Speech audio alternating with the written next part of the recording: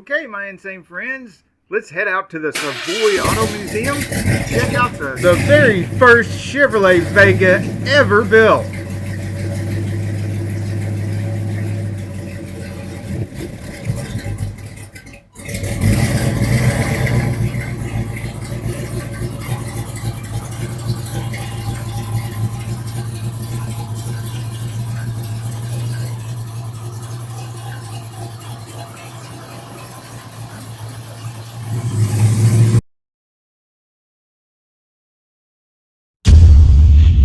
There was much excitement and happiness when this very first production Chevy Vega came off the assembly line. Within the first year, the realities of daily use set in, and lots of problems and complaints began to show up. These early Vega car problems could have destroyed the whole Vega subcompact car project. Luckily, GM listened to the many customer complaints and decided to make hundreds of improvements. The hard workers on the line of Lordstown Assembly plant instituted over 300 of these changes by 1973, despite stiff competition from many other really good subcompact cars like the Volkswagen Beetle and Toyota Corolla. Sales of the Chevrolet Vega increased, despite many well-publicized safety issues that I look forward to reading about in the comments below. On May the 17th, 1973, the 1-millionth Vega left the Lordstown Assembly plant, an orange GT hatchback with white sports stripes. Because there was so much focus and progress on things like practical usability, economy, emissions, and safety, one thing did not improve: power. Between 1971 and 1977, horsepower actually trended down, much like it did with many other vehicles, unless you were lucky enough to score a 1975 or 1976 Cosworth Vega.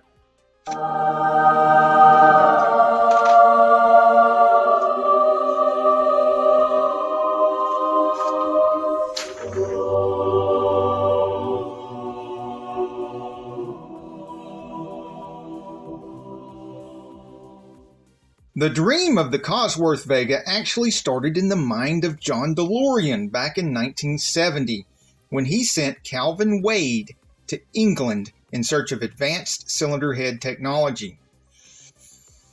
Involvement between Calvin Wade and Cosworth Engineering led to a detuned version of the Project EA, a race-winning 2-liter, 260 horsepower racing engine based on the Vega aluminum block.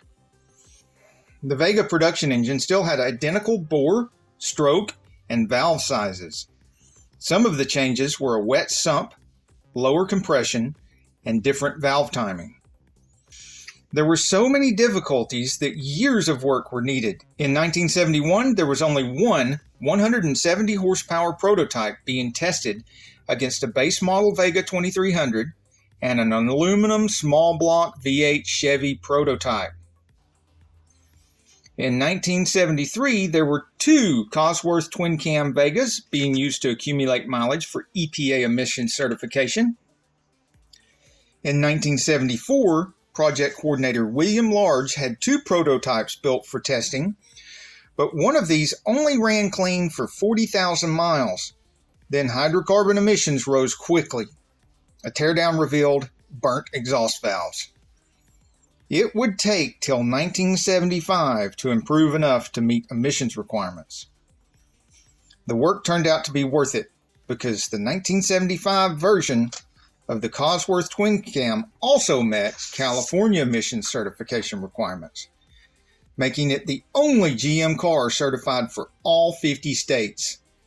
Another John DeLorean dream car was about to become a reality. The impressive black acrylic lacquer you see on the Cosworth twin cam I'm filming right here at Savoy Auto Museum is how all 2,061 cars produced came in 1975. Black was not available on other Vega cars until mid-1976.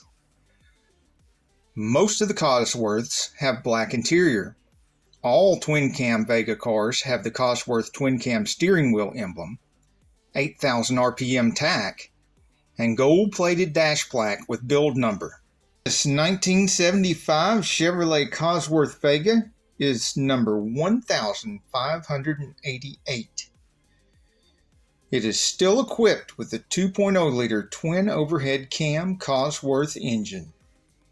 This remarkable unrestored survivor has less than 60 miles on it. It was sold by Stagger Chevrolet in Portage, Pennsylvania, and still has the original dealer window stickers.